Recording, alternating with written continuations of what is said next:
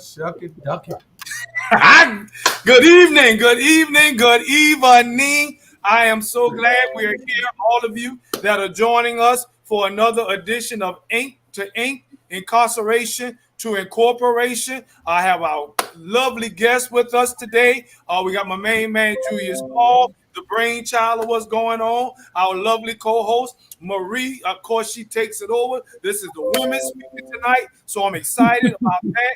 And then my boy AB, he comes in when he comes in. We're going to let our ladies introduce themselves. But the title of tonight's podcast is Living and Loving from Behind the Walls. Living and Loving from Behind the Walls. What's up, Marie? What's up, Julius? Hello, everyone. Hello, everyone. Hi, Chiquita. Hi, Kelly. How are you doing tonight? This is going to be a wonderful show, especially from women's point of view tonight of loving behind the walls. And so what we're going to do is, how you doing, Mr. Hall? I'm good. Welcome, ladies. We are waiting on this conversation so that y'all can give some women some encouragement to move on in a productive way with their spouse. Yes. That might be incarcerated. That might just be incarcerated. So what I'm going to do is, Kelly and Chiquita, I'm going to ask you to introduce yourselves, and then you take and tell me what is your what's the word? What is your relationship to what is your relationship to incarceration? And before they introduce themselves, wait a minute, Marie, you got the platform. Okay. When we here on Ink to Ink, we want to provide a platform for returning citizens to change the narrative, correct? Correct. And when we change the narrative, what else do we do in OAA, Marie? We're empowering, we're encouraging, and we are educating, and we're connecting the dots, okay? There you go. And this is Miko's favorite words. Just because we started off wrong, don't mean we have to end there. I know I have not said it like him, but it's that way. And we're doing positive things. You have men and women that are coming home from prison, whether it's 20 years ago or 20 days ago, that are in positive relationships. They have careers. They're going back to school. They're getting educated. So it's just so much more when you take and you ball up a fist, and when you ball up a fist and we do it together, we can strike a mighty blow. Okay. So, ladies, I want want you all to introduce yourselves, get comfortable. I'm going to ask Kelly. I'm going to start with Kelly first. Kelly, I want you to introduce yourself. Tell me your relationship to incarceration, and then just go from there. Okay. Well, my name is Kelly Maddox Sherman, and I have been doing prison ministry through my church for over 20 years. Wow. But my husband has been incarcerated for the last 12 years, and he does have a life sentence. But the last 12 years has been very enlightening. It's a lot different from just doing regular prison ministry to actually having someone that you love, that you are deeply connected to behind bars. So Okay, that's my, I'm sorry, Kelly. What did you say? so that's my connection. Yes, ma'am. So, Chiquita, can you introduce yourself and tell me what your relationship is to incarceration? Hello, everyone. I am Chiquita Wilson. I'm here in the Richmond, Virginia area. Um, my relationship with incarceration is I also have I have a nonprofit. It's called the Ruth Foundation. Ruth is the acronym for Redeemed Under the Holy Spirit, because again, it's not where you start, it's where you finish. I like that right there. So and you are not the person you used to be. You are the person you are today. Right. But so myself, I do reentry work full time. Um, for myself, but I also, my child's father, he spent 22 years of incarceration on a life sentence. But again, redeemed under the Holy Spirit, he was released on August the 5th of 2021 this year, so Mm-hmm. the judge said, life, but, God said, you're released, so time Amen. served. So that is definitely my relationship to incarceration. Hey, Wow. man. Preach up. I like, excuse me, I'm sorry. I'm sorry. I just had to put that little bit in there. And when they get ready, Marie, you take off. I just want to interject this. I'm so glad for this particular session because I myself, along with Marie, along with Julia, we have a common denominator on this podcast. For all of us, in some form or fashion, have been related to incarceration. Marie is going to share her story, but I myself, I did 26 years on a life sentence. And so why I want to be here to listen to these ladies share about not only their lovers, but also their Lord and Savior, that we have power to be able to be faithful and also to endure. So I might pepper in a pace or two in there, but I'm just excited to be able to hear another story that women can and will hold on. Go ahead, ladies, take it away. And you know what? I know that your wife is behind the scenes. Julius Miko. I feel funny calling you Julius Miko. And I would really love, because Daria is an awesome woman of God, and to take, and she met, her and Miko met and they got married, which a beautiful union. And so I would love to hear her input, if not right now, but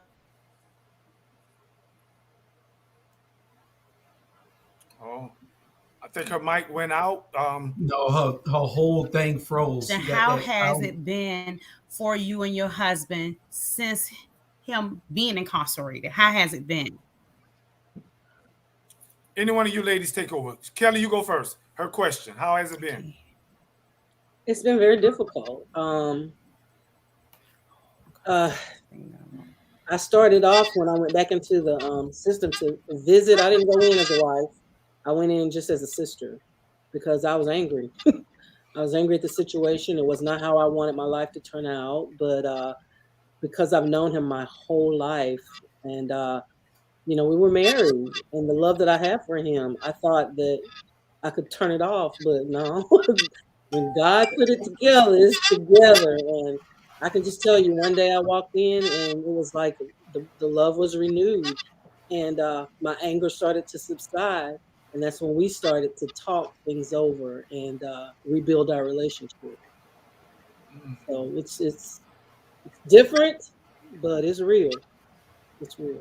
Remember now, when you ladies are talking, you're talking not just to us, the panel that's here, but you're also talking to people that are listening on Facebook and YouTube, and also some radio stations in Jessup. So when you share, you are sharing with a conglomerate of people, if you will. So I want you to not just give me a simple, one statement, but kind of like share some of the struggles. They don't have to be so personal and intense, but share your triumphs and your challenges as well. You don't have to tell us, why they were incarcerated, but some of the struggles and what helped you to get through some of those struggles. So, Chiquita, You go ahead and talk to us. Oh man. Well, first of all, I guess I didn't mess up too bad the first time, Mr. Campbell. You invited me back, so here we are. What? We oh my God, about what? How many months later? August. There's no months later. Wow. Like, 1 month. listen. Yeah.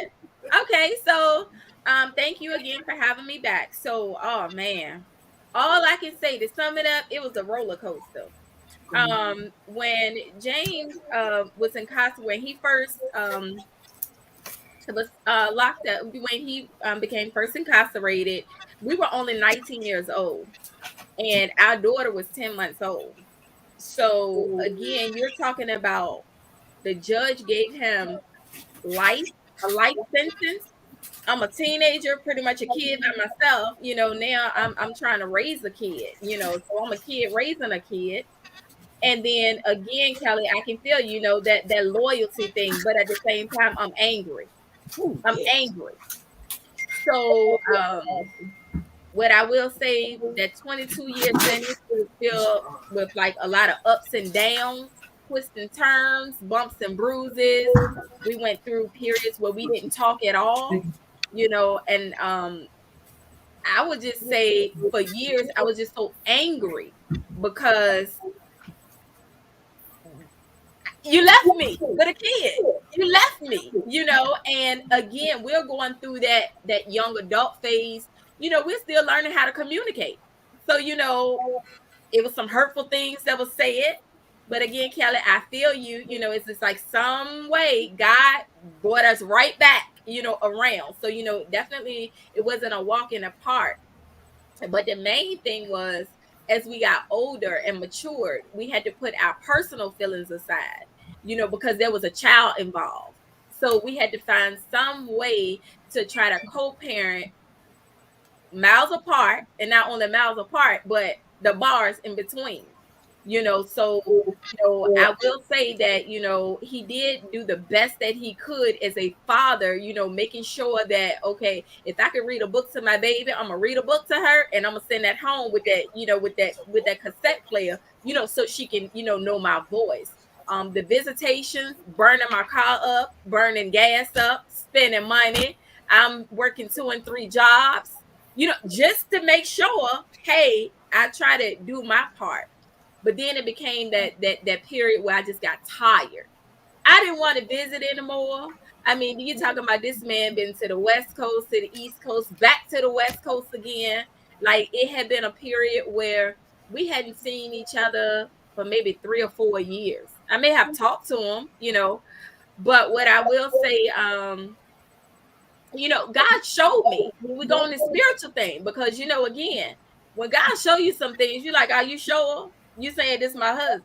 Are you sure? And I lost a lot of sleep, a lot of sleepless nights. I got a lot of whoopings from God. So, I was like, okay, God, you said this is my husband. So I got excited. We all excited. We obtained a marriage license in 2012, but we didn't go through with it because, again, here I am. The judge gave this man a life sentence.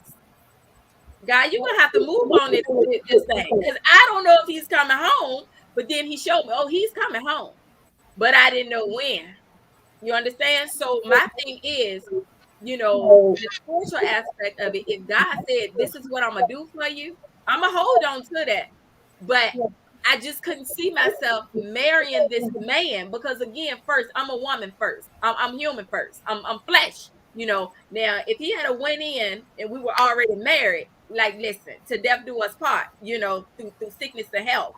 But it's just like, hey, I'm a kid. And I'm growing and growing and growing. Well, last year, God gave me another revelation. Listen, you better get serious with this man here, because he's coming home. So again, accepting my call to ministry, like, listen, I don't know where this thing is gonna go, but God, I trust you. And once I just began to focus on God and his promises, guess what? He delivered that man home this year, August the 5th. I didn't know when. All I knew was I was riding.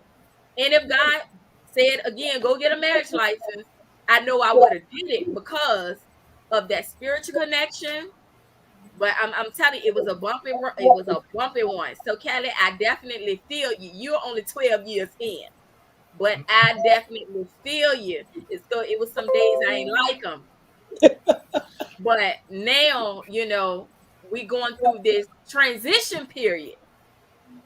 I have to learn him all over again.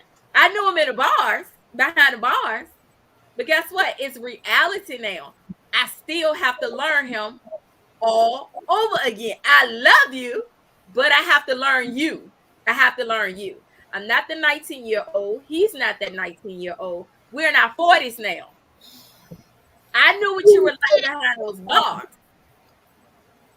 Now I know how you are out here. It's a whole nother ballgame. You talk about 2 decades, okay? So it's reality. But again, I love the man with my soul, but I promise you, it's a transition.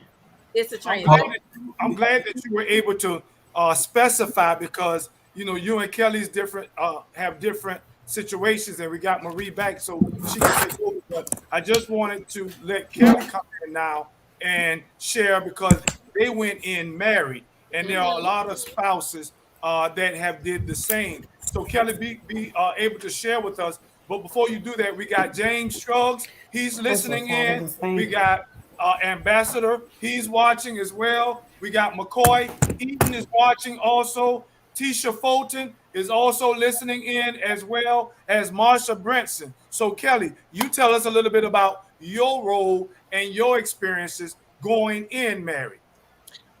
Okay, well, going in married, we went through our pastor, our bishop, and we talked to God before we even made this step. So it wasn't something we took lightly.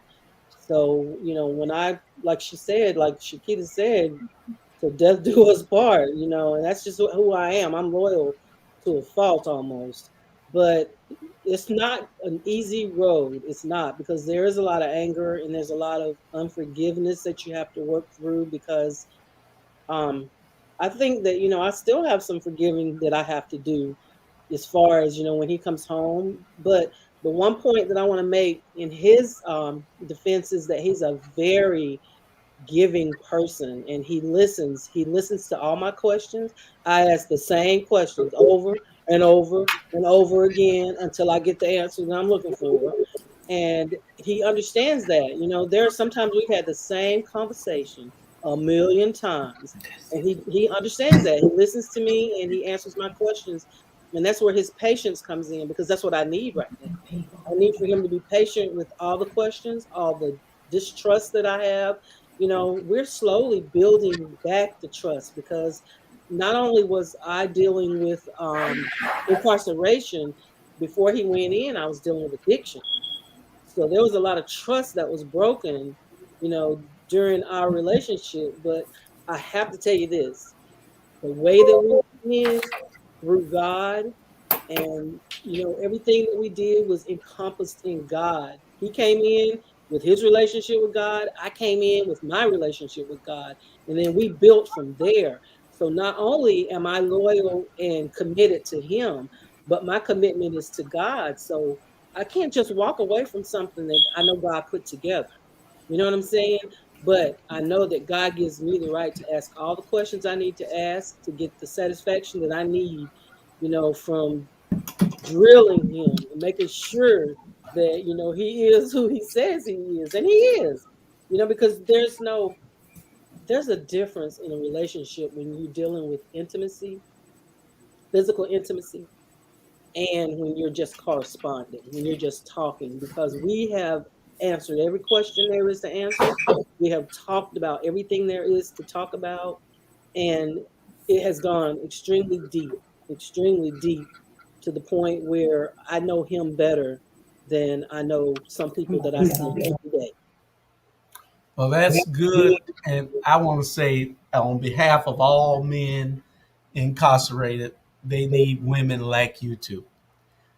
Because when you stand behind a man that is away from his family for that long, you do something that most women won't do. Um, During my time, I had over 21 years, every 6 months, it was like all my ex girlfriends were calling each other. This one will be there for 6 months, then she'll be gone. This one will come in for 6 months, and I mean it was like clockwork. I thought they was having meetings saying, okay, I got him for this 6 months, I got him for this 6 months, and I got him for this 6 months. And I'm wondering what in the world, but it helped me get through it because, I also want to tell you all that when you have a person that's locked up for that amount of time, you have to have patience because you're not going to get the same person that went in if they Mm-hmm. come out when they come out, unless uh, it's been a real short period of time. Because prison is going to do one or two things to you. It's going to make you better or bitter. It's going to make you better or bitter. If you're bitter, you're going back to the same things that you were, and you're going to be mad with society, and nobody's going to be able to get along with you. If you're better, you're going to find a foundation where you understand that you can go anywhere from where you are. You understand that once paid, that debt is no longer a debt to you. Mm-hmm. You shouldn't be ashamed of anything. People think that they could shame me by things that they say. I don't care. I gave it to God. So if I gave it to God, why would I still be worried about it? You could see I'm like stone. You could say anything you want to say about me. I am doing what I want to do, and ain't nothing nobody can do about it. God has me, and I understand that. And you all just have patience with those men. They'll find their way because if they're worth a grain of salt, then they'll do what they should have to do by you all. That's all I want to say. And I want to say this because I want you ladies to answer this for me. Be practical because it's easy for us to say, well, God um, gave me strength or God told me to do it. But we live in a world today that we must be practical. So, what are some practical things that you can share with us that you did that helped you to, number one, endure, number two, and be encouraged in the midst of that endurance? And number three, what would you say to others, whether they're men or women, that are faithfully holding on? What are some practical things that you did? And I want to preface that by saying there is a ministry called Kairos or Kairos, Kairos. And this ministry is in both men and women's prisons. And what they do is, I knew because I was there, a lot of the mothers or daughters or girlfriends or wives, they met together on a consistent basis because they knew what each other was going through. They could relate to the loneliness. They could relate to the struggles. So I would encourage others, and we'll put that information in the chat room. Kairos as a ministry for those women that are standing by but feel like they're alone. But tell us, Kelly, and then you too, Chiquita, what are some practical things that you had to do to help you to endure? Well, I have like a humongous box of letters because we did correspond a lot and we talked about everything. And then visitation. I my time on Saturdays was visitation. It was just a known thing that on Saturdays I had a block of time that was going to be dedicated to visitation with my husband. And we planned our visitation. We had things that we talked about. We had, like you said, Kairos, the questions that they ask in Kairos. My husband was asking me those questions, and those were our discussion jump off points. We would sit and just go through the questions and discuss things openly. And he had to remind me to just be open and honest. I wasn't going to hurt his feelings, and he had to be the same with me, just being open and honest and having that correspondence. And then we do a lot of planning. You know what I'm saying? He sets a vision and a idea of what our life is going to be like now, how we're handling things now, and how we're going to handle things when he gets out. And for me, in order to be loyal, I have to limit my contact with certain people. You know what I'm saying? I don't have a lot of male friends because being honest, and I'm sure Shakita can witness to this, I'm lonely. I get very lonely, but I'm loyal to my husband, and I have to put him in flip the script a little bit and ask myself, how would I want him to respond if it was me that was incarcerated? And I would want him to be loyal to me. But I just have to say it. I'm loyal to God before I'm loyal to anybody. And I feel like this is what God wants for me to do, regardless of whether it's reciprocated, regardless of, how it all turns out. This is who I am. You know what I'm saying? I'm not who I am based on how he treats me. I'm who I am based on who I am. And that's who I am in God. I'm a loyal person. I'm a loving person. I'm a ride or die kind of person. And he just happened to be the one God set for me. And he's the same way. He's loyal. He's a ride or die kind of guy too. And I know people say, yeah, he's going to be ride or die. He's behind bars right now. But I knew him when. I knew him back in second grade. I knew him all through school.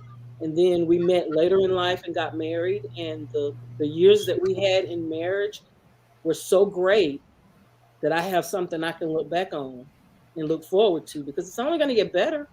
The conversations that we've had are so good that, it gives me hope. It gives me something to look forward to. And to be honest with you, I don't know anybody compares to him, and that's just who he is for me.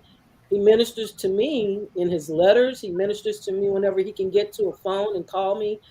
He ministers to my soul and my spirit. And it's not many guys out there today that can do that. They might can provide for me financially. I could get that easily. But what is that without that spiritual aspect? I need the four corners. You know what I'm saying? I need to be romanced. I need to be spiritually spoken to. I need to be physically taken care of. And I need to just be loved completely. And what's out there today, that's not what they're offering.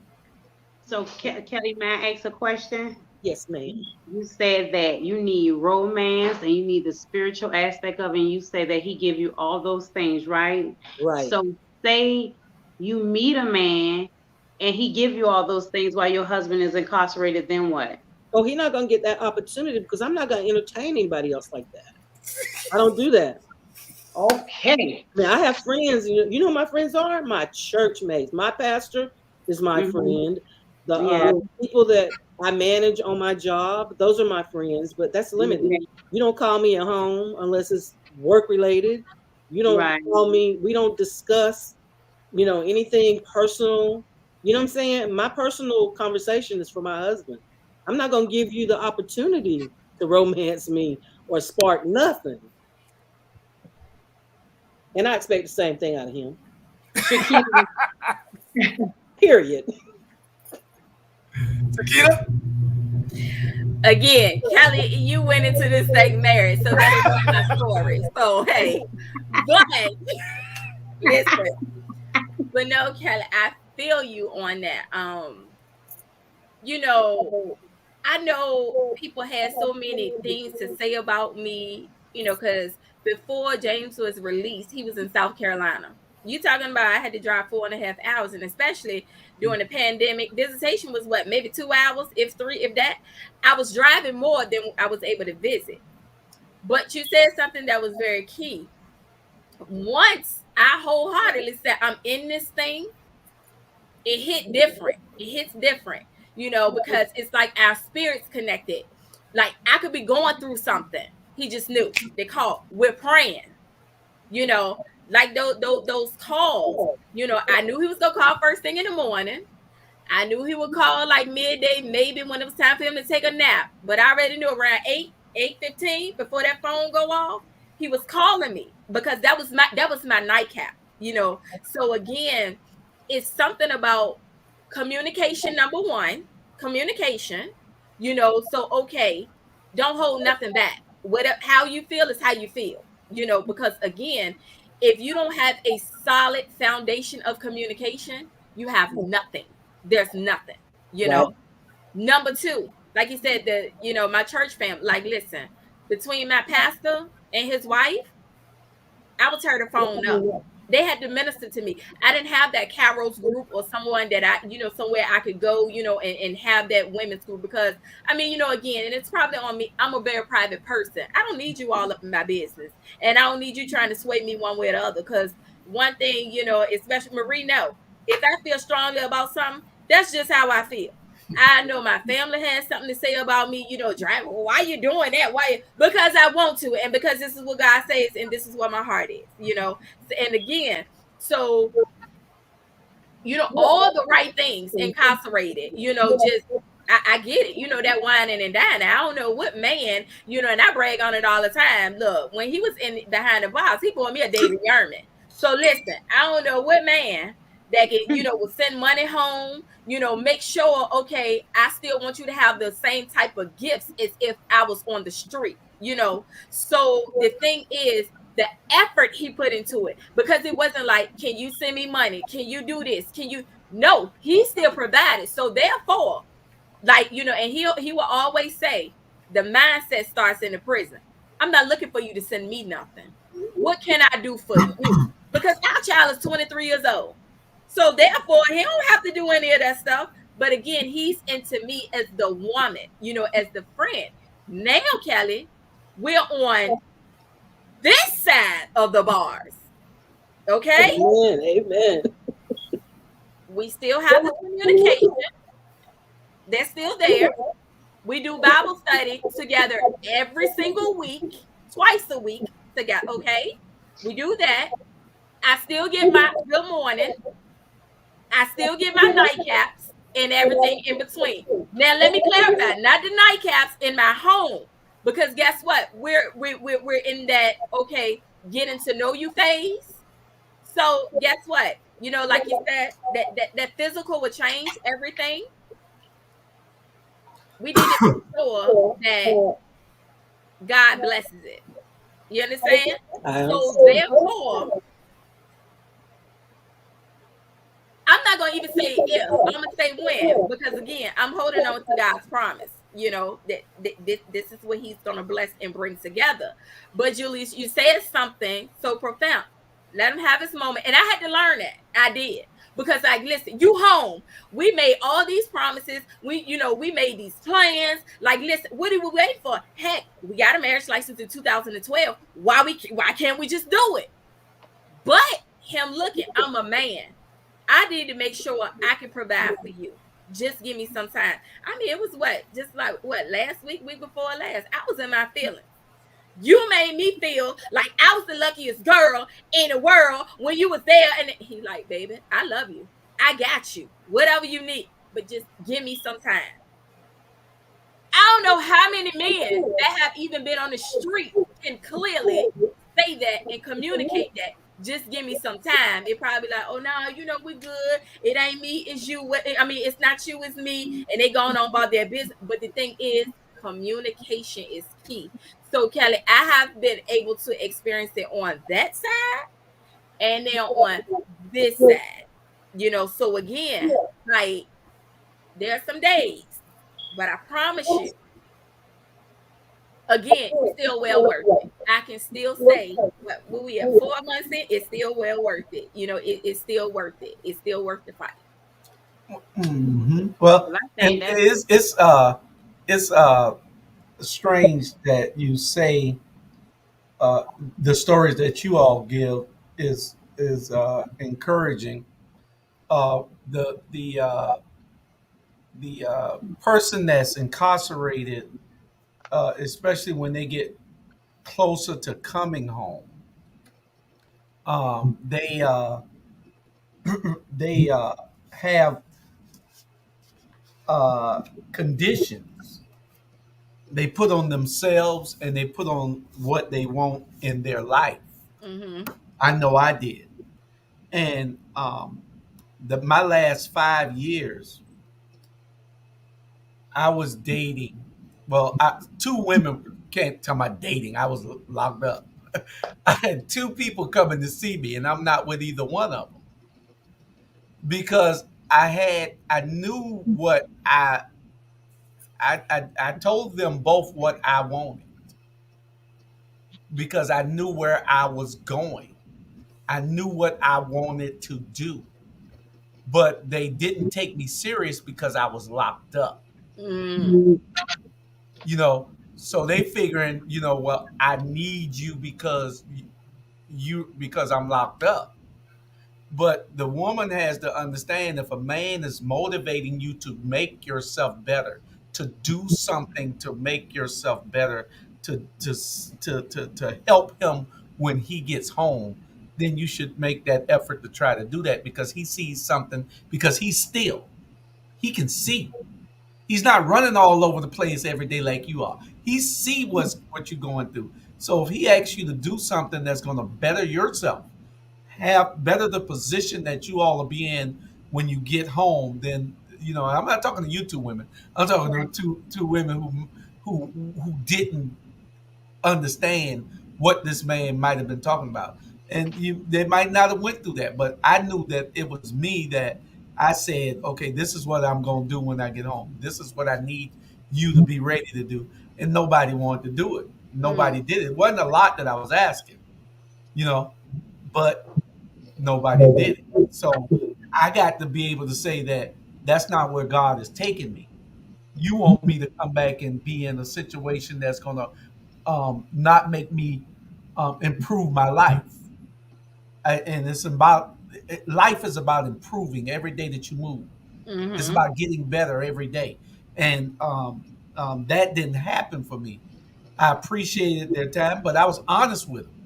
You got a lot of, you look at these talk shows where these people come home now, and the woman is mad with the man because the man, she gave the man all this and all that, and then he left her when he came home. Love at the lockup. Yeah, be honest with with the women, because these women are taking their time out, their energy, their money, coming to visit you. And just be honest with them. This broadcast is being broadcast inside the prison at Jessup Mm-hmm. right now, and these guys hear me. So I'm talking to them. Just be honest. You're not there to use nobody. God has given you a blessing by putting all 10 of your toes on the floor this morning, and He gonna give you a blessing by the time you walk out that door. So you got to be honest with somebody that really want to do something for you. But I guess I'm talking too much. Y'all go ahead. No, you talking good, Mr. Hall. I like that, Miss Talking real good. I like So, it too. And I So, want to Mr. share, we got Tisha Fulton is on. She says, yes, Kelly, I understand your journey, and I love you guys for how you have stood strong on this journey. Cecilia is watching as well, and she is in agreement as well of how you ladies are standing strong as examples. And Maria, again, please take over. I just want to share one last thing, because I don't want to talk too much. Like Julia said, we've established, both from Kelly and from Chiquita, that you can, when your mind is made up, you can stand. But I want you now, ladies, to talk to that young lady or older lady that is considering getting involved with someone that is incarcerated. Because keeping it real, I was there too, and there were a lot of men who did play on the emotions of women. So, Marie, you can speak to this as well. Give these ladies wisdom. Now, we're not saying they're not to get involved, but give them wisdom on how to be discerning as it relates to loving and living behind the walls. go ahead. Kelly, you can go ahead and go first. Go ahead and give them some wisdom of what they should, I guess. May I say something first, Miko? Yes, yes. Because my cousin, he was incarcerated for 10 years, right? And it was a young lady, she had done fell in love with my cousin. And she saw me, I was walking, and she saw me, and she stood there and waited for me to cross the street. And she said, you Marquell's cousin. And I was like, yeah. She was like, your cousin used me. She said, I sent him all this money, and now he don't talk to me anymore. And so I like what Mr. Hall said, because the men are in Jessup and they are listening. And a lot of women, some women, I'm not going to say all, some women talk to some men in prison to have conversation, to have someone to speak to have somebody to talk to, because he's going to listen. But I feel like as a woman, some men can play on that and take advantage. Kelly, what you got to say? Whew. Well, see, I don't have that issue because I went into it already married and I already knew um, who I was dealing with. But I guess from looking at some of the situations that I've seen, it cuts both ways because like you said, there are some women that only want somebody that's incarcerated because they just need somebody to talk to. They need to be able Right. to tell everybody, I belong to somebody. This is where Right. my man is and all. But it's very detrimental to the one on the other side that's incarcerated if you're playing, if this is a game for you, because when you start playing games with them, you put them in a dark place because you're like a light for them. At least that's how I look at myself, because I know it's difficult for him to be behind those bars, not be able to do the things that he wants to do. And then, if I'm not sincere in what I'm doing and what I'm saying, I'm putting him in a bad light. And I know God, I look at how God gonna deal with me. God will deal with me in a way that's not good if I hurt that man. So I Mm-hmm. don't go into it playing any games. And I would my words of wisdom to any woman that's considering this is you need to pray about this thing and make sure that this is something that God wants for you to do, because it's not an easy journey. There are days when you don't want to be nice. There are days when you don't want to be the sunshine. You want to bring the hammer down. And you just have to know that if you do bring the hammer down, you got to bring the sunshine within the next few hours. Because I mean, it's detrimental to them. They got to go to bed with all that gloom and doom and nastiness that you put on them because you're playing a game. So don't go into it lightly. If you're not sincere, don't fool with it, because they don't deserve that. And then you just have to be discerning. If you have a relationship with God, God will help you to discern who is sincere and who is not sincere, because you can get played. You can easily get played. But like I say, if you have a strong relationship with God, God is not going to allow that to Chiquita. Hmm. Um, happen. listen. There she go. Uh, Kelly, you said a whole lot there. So let me just okay. First of all, I'm gonna be honest with you. If James and I did not have a child together, we'd probably just be friends. Right. But at the same time, we can never, like just be friends because we're family. Right. Even with us creating, a child at the age of 19, we know what, it's like, oh yeah, we have a child. But no, that's family. And that's a bond that can never, ever, ever, ever be broken. And at the end of the day, because we've had these conversations, however God see fit for it to go. Like, he's not going anywhere. I'm not going anywhere. Our family dynamic is not going anywhere. So again, I look at it, hey, we're gonna always be a package deal. So, it is what it is. But at the same time, the flip side of it, I will say to any female, and it's not to discourage. Again, like you said, you do have some females that are just, I'm gonna just say it, thirsty, just to say, oh, I belong to him. I belong. That's my man. He ain't your man. He the system man. But guess what? If you want to claim him like that, then go head on, and send him money. Do what you have to do to take care of him, and at the end of the day, and men in prison is not to, shun you or whatever the case may be. But again, like, this is real. We understand as women, you all have feelings, but as us as women, we are very emotional. We're very vulnerable. If we remotely feel like you're giving me some attention and I feel like I'm yours, and if you're anything like me, because I'm a Cancer, I'm going hard. You give me those, if I believe, okay, I'm with you, you my man, and I'm in the jail, you in the jail, you better not have nobody else coming to see you. I'm gonna just Amen. you better not. Like, pull the visitation list. But the thing is, Kelly, I think you and I we started this journey in a very unique situation. You know what I'm saying? It was already like a bond, a loyalty there. But again, like I said, the difference was you were legally married on paper. Right. I wasn't. We had a child, you know, but at the end of the day, for any woman, hey, look, God can do it. You know, again, I don't put God in a box. God can do whatever. You know, people have found love in prison, and you know, person was released and they still going on. But at the end of the day, let's face reality.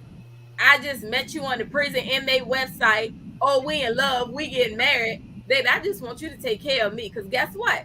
And I'm gonna tell you, I had a family member to do that. Woman in love with him, took care of him. Like you said, when it was time to come home, nah, he slowly started getting, you know, but she started spinning and spinning and spinning. Guess what? It broke her whole heart when she got out. Whole heart. I mean, she's a little bit older than him, you know, because again, she was looking for it. She was vulnerable. She was lonely. He was telling her all the sweet nothings that she was looking for, you know. So I'm gonna just tell you, women, I'm not saying don't get involved with a man that's incarcerated, but kind of be very cautious, be very careful. But men who are behind the walls, again, don't play with anyone's emotions because you get hurt. You get released, you get hurt. I'm just saying, like you cannot play with a person's heart when they have put their all into you, when they've believed in you, when they've held you down, and then you come home and give them the right and the left cheek to kiss and going on with your business. You can't do that. You just can't do that because That keto. you just can't do that. You can't do it. So again, hey, if you said God told you to do something and you wholeheartedly know it's God, it ain't your flesh. That's right. Baby, do what you do, because I can't tell you what God told you to do or not to do. But at the end of the day, if you're doing this because you're lonely and you want somebody to talk to and pass on time, well, you know, the great thing about technology, they have those dating sites now. So if you want to, you know, talk to somebody, you can meet somebody on those dating sites. You don't have to go to the prison, you know. So again, I mean, I'm just saying, like, that goes for the men and the women. Don't play with people's emotions in their heart. Right. Marie? Well, that was very, very enlightening from Chiquita and Kelly. And I was explaining to Kelly when we first signed on here, my internet is terrible. I'm sorry, you all. But I was saying that I put up on Facebook, would you date someone, or would you stay with someone, even if you're married to them, while they are in prison on a life sentence? And a lot of people said no. So for Kelly, and I know that you said that, you know, you have, you know, you're a spirituality, that you are a saved woman. So you say that God, you know, that's your husband. You're supposed to stick by your husband because that's your husband. And then I think that's very good that you're doing that. Um, but like me and Chiquita discussed this, and I told Chiquita that if I had someone, um, I would be there to support him mentally and just being honest. You know, it's a thing to be. I don't know. I've talked to a lifer before, and he was my friend. And may I say this? I was lonely. I was lonely, and he was my friend, and he used to encourage me, you know. And so you can get vulnerable because as they sit there and they talk you day in and day out and day in and day out, you begin to catch feelings for people. Mm-hmm. You Mm-hmm. begin to catch feelings. And because I was lonely, I caught feelings for him. So you have to weigh it. You really, really have to weigh it. You know. So a lot of the women wanted to know, but my internet was going in and out, and that Miko, he took over. A lot of women wanted to know, like, how do you remain faithful to a spouse that is in prison for life? And what kind of encouragement do you give your spouse? And I heard you, Kelly, speak on, you know, that he speaks to your spirit and things like that. That's a beautiful thing. That really is. You say nobody can do you like he can. You know, known him ever since the second grade. So that's a beautiful thing, you know. So yeah, I'm glad that. I pray that he comes home one day. I do. I pray he come home one day. That's my desire, my prayer for you all that he come home. And I haven't met James personally, but I have Bible study with James and Chiquita. And James he really loved God and he loves Chiquita, So yeah. Marie, there's Yeah. Cecilia's on right now, Cecilia Cook, and she says to Kelly and also to Chiquita, she said, if God is in your relationship, he Mm-hmm. will lift both of you up and he will pray for your strength in your relationship. She says, just put God first. And Tisha Fulton agrees. And so, ladies, as we get ready to turn the corner, I want you to speak to the audience that we have right now. We have those that saying, yeah, I can do it and I can make it. I'm getting a little weak. We have those that say, I'm straight up, ain't going to do that. And that's not for me. And I want you to speak to the masses tonight, a word of encouragement, but also a word of warning and wisdom. But before you do that, let me make a stand for the men. Julius and Julius did a certain amount of time, and I did too. I did 26 years. And a lot of people wonder, was I ever going to come home? In the time that I was incarcerated, my mindset was on being the best husband that I could be when I come home, not looking for the right wife. I was teaching and training and learning how to be the right husband. And so I would encourage those men that are listening right now, because that's where we mess up. We get out thinking I got to find the right wife. That's the wrong mindset. How can I be the right husband? How can I please my wife? And so I want to let you women know there are men, some real good, godly men, but be wise. Sometimes you got to call the counselor, find out what they're doing. Sometimes you got to call the chaplain to see if they are who they say they are. Sometimes you got to talk to their family members. Don't just jump out there and say he loved me and that's it. No, do your homework. You're not going to go buy a car without doing your homework. So you sure enough want to invest in some study and some time in the right mate. But there are some good men. And for the women that are incarcerated, men, there are some good women, but friendship first, because you need to get to know that person. And I love my wife says, she echoed what you say, Kelly. If you are loyal to God, then you'll be loyal to that person. So, ladies, tell us, speak to whoever, whether it's that woman that is like Kelly, like you, that's married, struggling and holding on, or if it's that one that's, I don't know if I'm going to get with somebody. This is your opportunity right now. Kelly, share, and then Keita, you come behind her. Well, I would like to share that it's important to have a relationship with the family as well. Because I mean, I went through COVID earlier in the year, and because I have such a strong relationship with my husband and his family, his sister came and took care of us. She made sure we were taken care of. So I'm not just connected to him, I'm connected to his sister, I'm connected to his brothers, I'm connected to his children. We have 3 children together. So when we're planning, we're not just planning for us, we're planning for our whole family. We're planning for generational things. you know um if you know that you're not that type of person that can be loyal, or that is a ride or die, or that can handle this, then by all means go with what you know. Don't do it, because you will wreck somebody else and also wreck yourself, and that's not a good thing. But I agree with what Julia said. You need to be working on yourself. Don't go into it looking for a spouse, looking for somebody to hook up with, or somebody to call your own, or somebody you can call yours. Work on you.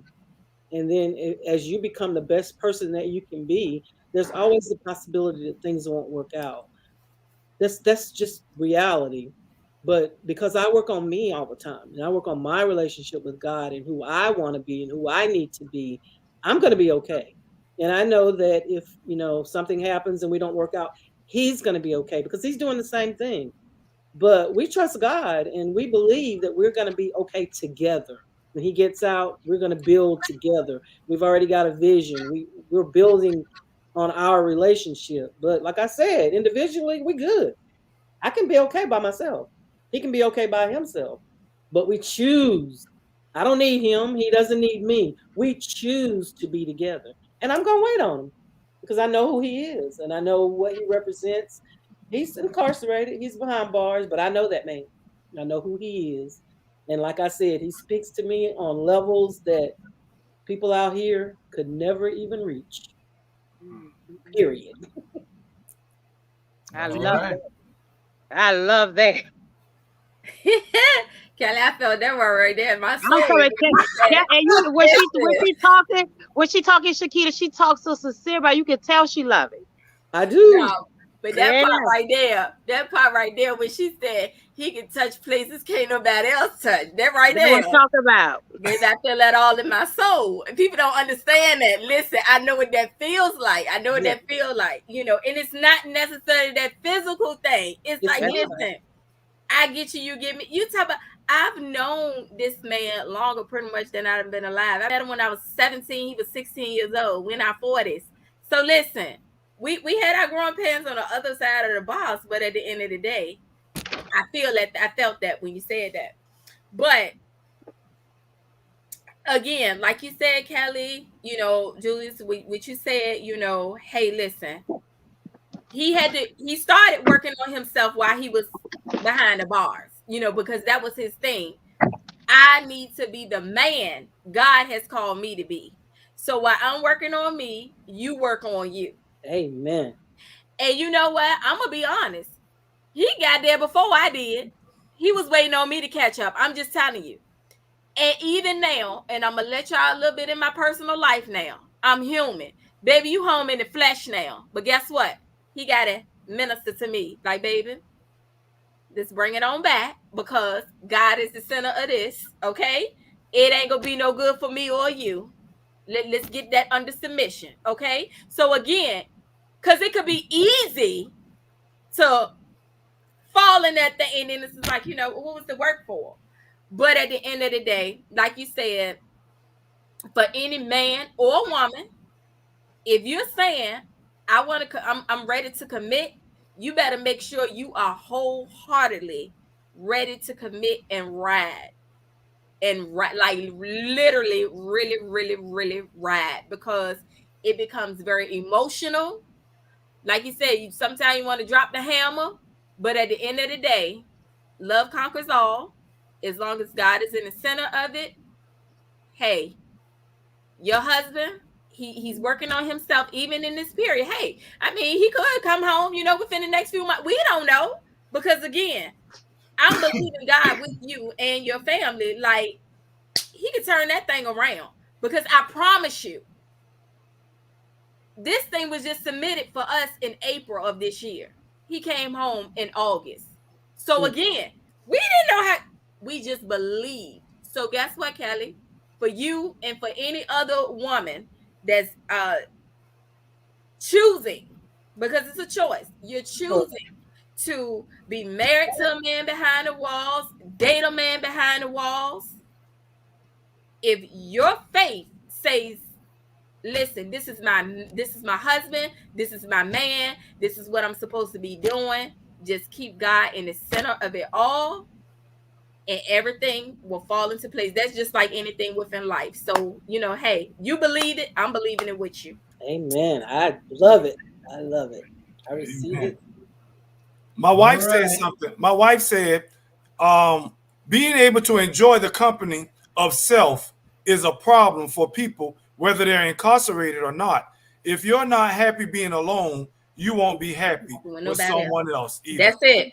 Amen. She a very wise woman. It's Because Yes, a lot she of is. people don't know how to do that. She chose me. She's very wise. Oh, yes, yes. No, she would argue that. She would say, no. I didn't choose you. But nevertheless, let me straighten that out now. Right. Julius, I'm so excited. I'm getting Marie. She's coming back. I think something happened.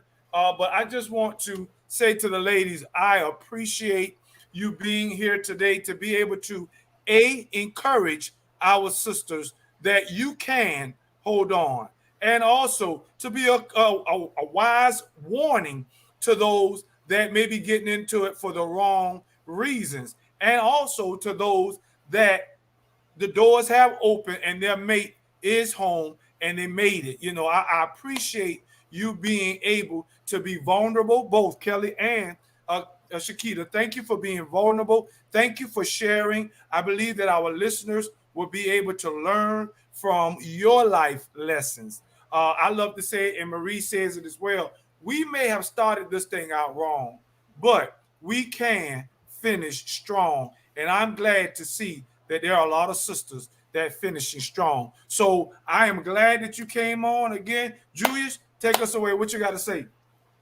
Just good night, everybody. Thank you, ladies, for showing up, and we'll have you back soon. All right. All Thank right. you. See Nice ya. meeting you, Have a good one. Chiquita. Nice meeting you too. Marie, we love you.